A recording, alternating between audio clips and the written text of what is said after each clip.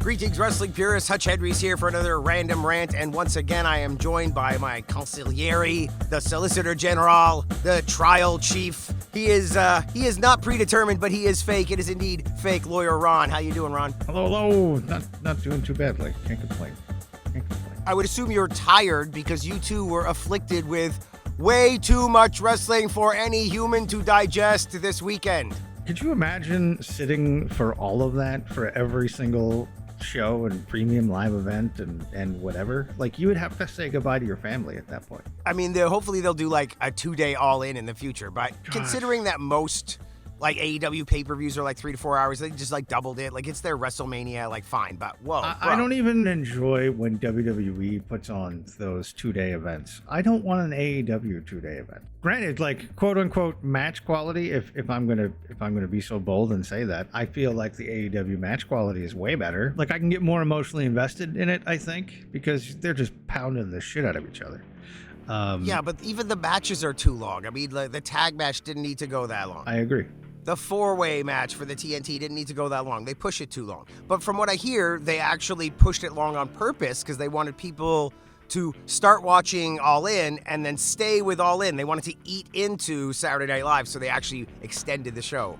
Yeah. But funny enough, my favorite matches were all kind of sleeper matches. I mean, the NXT match between Ethan Page and Ricky was, I want to say Ricky Starks, Ricky Saints was off the hook. And the main event of Supercard of Honor, Bandito against Takeshita, was like the match of the weekend. Like, that was the best match this weekend. It was insane. Yeah, I'm not surprised that match stole the show for NXT. I know that Ricky Saints and Ethan Page, their chemistry is incredibly good. I mean, can you go wrong with the combination of Bandito and Takeshita in a single match? Like, I don't think you could put them in a bad match. I mean, I could have been the third man in that match, and it would still be 5 stars. But if you ask somebody what's your top 5 matches from the weekend, you're gonna get Ospreay, you're gonna get Rhea Ripley and Io Sky, but I highly doubt you're gonna get Bandito and Takeshita in the cage match. A lot of people are gonna skip that because they probably skipped that.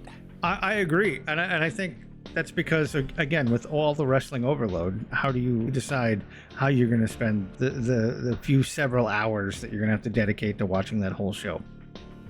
Well, I watched all of ROH just because it was on first, and I put it on and I started watching it. But I actually didn't get around to Evolution until like 2 days later. I didn't even watch most of it. Oh, really? Well, you don't have that much time in your life. You got shit to do. Yeah. There's got to be so much more to do. But I'm very glad to hear how successful it was. I mean, everybody was like, this had no build.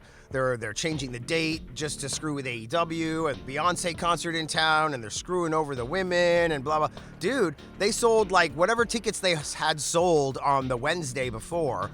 They doubled that by Sunday because of the match announcements. And it ended up being like, I think, 7,200 people. Like, it was a good amount of people, maybe more. And it was a hella show. It was a great show. Yeah, I'm glad they at least got the ability to absolutely just show out and put on the best show that they possibly could, rather than just do the formulaic WWE booking of like, oh, and I'm glad guys to see get shitty little matches that do nothing.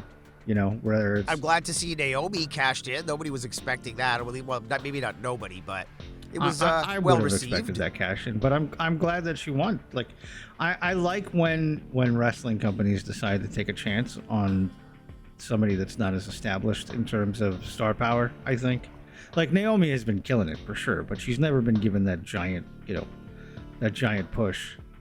So, does that mean we're gonna get Naomi and Jade Cargill at SummerSlam? Because a lot of people were thinking it was going to be Jade against Stratton and then the cash-in. You're going to get a triple threat. There's no way that they're not going to do a triple threat. It would be smart with Jade's in-ring ability. Yeah. She is not good. Yeah. She's not good. This experiment is very obvious. It's almost insulting. It's very obvious that she's eye candy and she's not very good in the ring. Prime example would be how well Lash Legend did in that Battle Royal. I mean, God, she's so much better than Jade. Yeah. I don't know who's pulling the strings there, who decides that Jade Cargill should be main roster. I mean, she looks main roster, absolutely. When she starts working with people, then you're like, oh, you shouldn't be here. Well, there's been a lot of people in wrestling in the past who looked great and then the bell rang.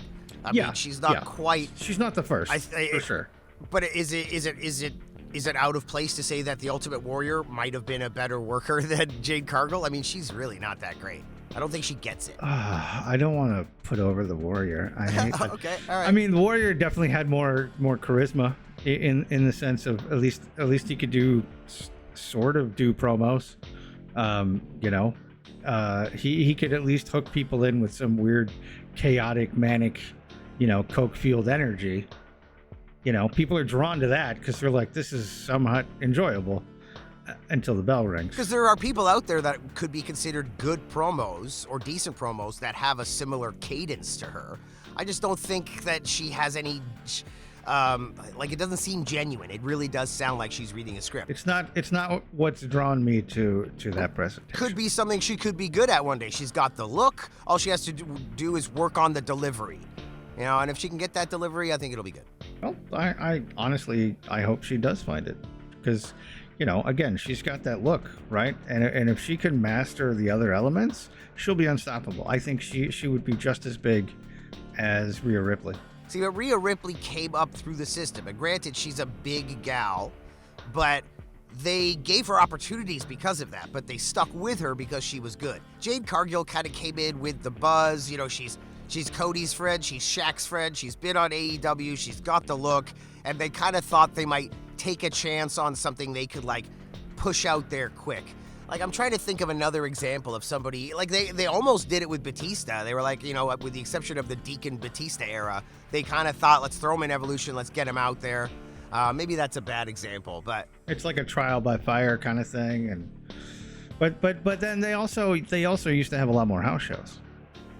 This is very, very true. And that's another reason why it would have behooved her to go down to NXT. Because they do those. I mean, Mariah May debuted on a house show, right? And she was like 7,000 people. Some person was like, 20 people. And she's like, nope, 7,000 people here. Or 750 people or something, maybe it was 7,000. It was a 7. It was 7 and a 5. I don't know how many zeros, but... Give me 20 people. True. You paying me how much? I'll show up. But this isn't like an indie show with a promoter that picked a bad venue or a bad day or didn't promote properly or has, hot shotted the freaking area for a while. This is NXT. They should be getting good numbers, and it turns out they did. This fan was wrong. She's like, "Yo, this place is packed." Yeah. But instead of talking about shitty workers like the Ultimate Warrior and Jade Cargill, maybe we can get on to some good workers that have unfortunately had some injuries. I do have a teeny tiny rant about fucking Bill Goldberg. Really? This fucking I absolutely despise the fact that he is more than happy to take a paycheck, right, for what's billed as his retirement match, and then turns around in an interview and says, "Man, I can't wait to shit all over the experience." Well, wait a minute, is that what happened? Have you not heard? Oh my God! So he's not happy with how the whole thing went down. He's upset that there was no proper build up for that retirement match, which, to be fair, whatever. But we're in a much different era where we're not relying as heavily on nostalgia as, say, Vince would, Case in point would be, oh gosh, I don't know, Hulk Hogan at the Netflix premiere. We're not relying on that nostalgia because it's just not a thing that the audience is interested in. But that's whatever. But yeah, he's just like, I have so many. He's got a lot of complaints apparently with how it all went down, and is pretty pissed off about it. And wow. He's like, oh man, I can't wait for another 2 weeks before I can start, going off on it. Why does he have to wait 2 weeks? Does he have a no talking shit clause? There's probably there has to be some contractual thing about, not talking shit about, who you're employed with. All right. Well, for those that were going to shit on the match or shit on the build-up, I had a bunch of things to say about, how I might look at it from the promoter point of view. Sure. But if Bill's gonna shit on the whole experience, I will use the exact same explanations to tell Bill why he's wrong. So, if I was Triple H, if I was promoter, Bill Goldberg is like not a spring chicken. He is not. He didn't look that bad when he came out and did the whole Brock Lesnar thing and squashed him. And, when he beat Kevin Owens and stood on the ropes, like, he looked good with that title, even though he was kind of gray. Like, there was no contrast anymore. He's just gray. But yep. I still liked the run. Yeah. The problem with this run was he is old, which is why you can't build the way he wants it to be built. Look what they've just had the issue with Seth Rollins. We've been building and building and building, and now the guy's injured. Bill Goldberg, and anybody at Bill Goldberg's age... What is he, 56? Goldberg? 56, yeah. Yes. You can get injured while training. Bill Goldberg has been injured while training. In fact, when he first came down to the ring and they shot away from him going up the stairs, and the scuttlebutt was, look at his knee, he's having trouble getting in the ring, this is sad. I originally thought, this is a training injury.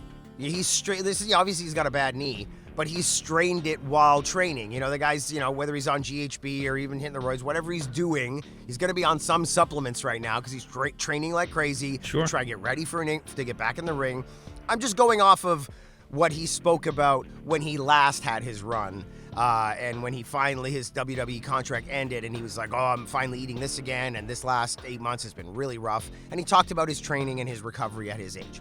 So I'm assuming it's the similar scenario for him now, which means I thought that might have been a strained injury. I mean, when Tyson fought Jake Paul, it was very obvious that his knee was heavily taped, and it was because he had overtrained the knee. I mean, you get a lot of power from that back leg when you're a boxer, and he's basically overtrained, and now he's kind of injured from overtraining. That happens at that age. So as a promoter, he's in Atlanta. We do our whole Goldberg, Gunther insults your family thing, and now we have set up something that could go somewhere. Right. At that point, by the way, there was no planned date for this retirement thing. Exactly. So you're going to go back. You're going to start training, Bill. You're going to let us know how your progress is. I mean, Daryl Sharma, the guy who he used to work as Hornet here in town. He's one of the main referees for NXT. Great guy. Used to wrestle for us at VCW and Demand Lucha way back in the day. Like our first Mascara Mania, Hornet was on that. But there's pictures of him on his Instagram of him training with Bill Goldberg. And that means they've been training for months, and he's been training for months. So they're sending down like recruits to like train in the ring with him and take bumps with him and take the moves. Sure. I mean, Jody Threat recently trained with Trish for what, Rumble, I think it was? Whatever her last debut was. Yeah. And like as part of our organization, all of Trish's comebacks over the last decade or two all came through our company and through our training area. In fact, that's the first time I believe they did it at Battle Arts instead of at our facility, because we no longer have a facility. So it makes sense. But yeah, like these people train very seriously for these matches, and a lot of injuries can happen during that time. So sorry to be long-winded. As a promoter, I'm saying, Bill, we're setting this up. Now you're going to train for months and months and months. You're going to see how it's going. You're going to keep updated with us. At any moment, this could go bad. It doesn't even have to be a training injury. It could be like something else. When superstar Billy Graham came back, he had a couple matches, and then his hips went. That wasn't a training. It was just his body broke down on him. Yeah. Ted DiBiase, when he made his final comeback with WWE or to All Japan, and he was working with Stan Hansen for a while, and then he had a medical issue, and he's like, oh shit, I gotta retire. Like these things can come out of nowhere. So you're not committing to an 8-month build with a 56-year-old man for any reason. You put a couple feelers out there, you spoon feed the fans, and then when the time comes, bam, you hit the trigger. Goldberg pulls up in his car at a venue, gets in the ring, says, hey, remember 8 months ago? I'm pissed, blah, blah, blah. And of course, that's not how it would work in real life. Right. But this isn't real life, this is wrestling. Absolutely. So when people are like, oh, he doesn't say anything for 8 months and then just shows up out of the blue, it's like, yeah, duh, it's freaking wrestling. They already teased it, it's fine. You know what I mean? It's a TV show, exactly. Like, exactly. Yeah, it's we've fine. teased it, and we've decided, all right, Bill, you're medically cleared, everything's good. We're going to start pushing the match. Get ready, it's happening. And you go, all right, we can do this. You can't tell me it wasn't something along those lines. I imagine he'll be like, oh, it was rushed, there was no build. But like, how do you build a Bill Goldberg match? You know what I mean? He comes out, all he's ever done for the last, I don't know how many years now, shows up, looks at somebody, says you're next, and either leaves or spears them, and that's it. That's it. There's no character. You know what I mean? There's no growth as a person. It's just show up, spear somebody, you're next, do the jumpy thing, do the tongue thing, and then you're done. Well, I mean, that works. When he first got to WWE, they tried to give him When long he first matches. got to WWE, he was still hot with everybody had the WCW nostalgia. Yeah, but they sucked. They tried to expand his character, and some people say, the gold dust wig and all that stuff, they shat on him right away. But the bottom line is they tried to give him some personality, some character, give him longer matches. Didn't work. With his second comeback, they had the brilliant, Paul Heyman's like, I got a brilliant idea. How about he just spears you, jackhammers you, wins? Bam, everybody freaking loves it. That's Bill Goldberg. You want him in small doses. When I found out this match was happening, I wasn't as upset as other people, but I was like, yo, you better give us freaking... beat down, cut off, shine, spear, second spear, jackhammer, kick out, fucking sleeper hold, done. Like, if that's not the match, then what's going on here? And that's pretty much what they gave us, although they did it for 16 minutes, because I think Seth might have been cashing in, and that match was certainly supposed to go longer. Poor Seth. Yeah. I was expecting Seth to cash in as well. But there is a story with that where a lot of people are suggesting that it might be a work. Bro, I thought it was a work right away. Yeah. Immediately when I saw it happen. In fact, for me, it was a little weird because I watched everything a little bit behind. I watched all of AEW, and then I watched Saturday Night Main Event like about an hour after it was airing. Like I think I started watching it while it was still on air. But anyways, I heard about Seth's injury. And I remember thinking about it. It was about halfway through the match, and then I was like, oh, wait, doesn't he get injured? I just read that he gets injured in this match. And, that was literally as he was doing the moonsault spot. And then it was like, bam, springboard, bam, and then he, did it. I was like, oh, there it is. Right as I read it, I was like, oh, he gets injured in this match. And I looked up, and it happened right as that happened. John Pollock has said that he's heard from a source or two from inside WWE who says it is a work. So it appears to be a work. I mean, if you go watch it, injuries don't happen like that. If it's a work, you know what? I'm for it. We need surprising cash-ins, honestly. And if this is a way to let the build of the Rollins group kind of simmer for a bit, because everyone's just going to be lulled into this sense of Rollins is injured, so whatever. Fine. And then, bam, surprise, out of nowhere, while you're all thinking Rollins is at home, playing Mr. Daddy, that here he is for the cash in, his knee is absolutely fine, that's going to create some buzz. And if that's how they're going to do it, I'm for it. I'm all for it. Yeah, I mean, everybody's saying they're trying to make it as epic as his other cash in. Like Seth Rollins will have the epic cash in guy. Yep, I'm on board. Yeah, I mean, and this group is all about subterfuge, right? It's all like Paul Heyman's a sneaky bastard. So this is a great way of screwing with people, giving Seth some time off before he becomes champ. I don't know. If it ends up happening, that's great. And to be honest with you, I hope that's what's happening because nobody wants this injury. Nobody wants I don't want an injury. Let's continue talking injuries here just for the last few minutes. Adam Cole. Yep, it's the concussion-related injury. Yeah. Now, if you had asked me before hearing that, what I would have thought it was a neck thing, and not because of the powerbomb, the Kyle Fletcher thing the other week or anything like that. People have been talking about Adam Cole's upper body size for a long time. And, Jim Cornette, literally the artwork when he talks about Adam Cole is like skinny little buggy arms and he seems to have lost what little upper body size that he had in NXT. And so I assumed he was dealing with neck issues. Because that's why he wasn't able to work his upper body as much as he would have liked. Sure. But I guess, concussion related, who knows? I'm sure he probably does have something shoulder or neck related. There's no way a guy who wrestles at his level doesn't put in the effort to get upper body strength. Although I've noticed a drastic difference between AEW and any other league other than WWE. People get into WWE and they seem to gain size and they look healthy. Yeah, they start bulking up. Yep. Yeah, but they look healthy. When people go to other leagues, they either get kind of out of shape and skinny or they get big in what looks to be unhealthy ways. And they get back knee and roid knee. And I'm just like, wow, it gets really bad. Yep. I've certainly seen some of that. Not to call anybody out. So I've always assumed that since Adam Cole was a little more diminutive in his bicep area compared to other guys, and he never had the biggest traps or anything, I always assumed he was dealing with some neck issues since his first little run there in AEW. Because he arrived and looked pretty good, but man, he started to lose weight pretty fast. Yeah, maybe. Just hopefully it's not. I mean, it's obviously a serious injury if he's going to have to take a little break. And just the phrase of, I'm not in the right headspace. as to whether or not I'm going to say I'm going to retire. Could be one of the best things that ever happened to him, really. I mean, at this point, he would have tried extra hard to get back to where he was, and he felt desperate to like get back in the race, and when he really needed to rest more. And Tony Khan has convinced him to stay on contract to some degree, so he's going to get a paycheck, he's going to be able to rest, and if he has to come back in 5, 6, 7 years, if he's the next Christian, if he's the next, Adam Copeland, then so be it. He'll come back healthy, happy, and he'll have the momentum. Yep. And this Paragon, this whole thing, it's been dying a death. Kyle O'Reilly's dealing with constant health issues too. And I think this whole thing has been holding back Roderick Strong at a time where he needs to make moves now. He's one of my favorite wrestlers and one of the greatest in-ring workers of all time. Does not get the flowers he deserves. I agree. Thanks, Matt Hardy, for bringing that term to such fruition. I used to say that all the time, and now everybody says it, so I feel free to say, get your flowers. Right. Okay, my mom used to say it, so. Right. I think Roderick Strong would be great in the Death Riders with his wife, but dude, he needs a run, he needs a push, he could do a lot. But this whole thing's been holding him back. Yeah. Speaking of holding back, I think we should sign off for here right now. Maybe we'll do another random rant soon, and we might start doing some live stuff. So follow us here. We don't have a Patreon or anything yet. If you like us, let us know. Leave a like, leave a comment. Let us know that we should keep doing this.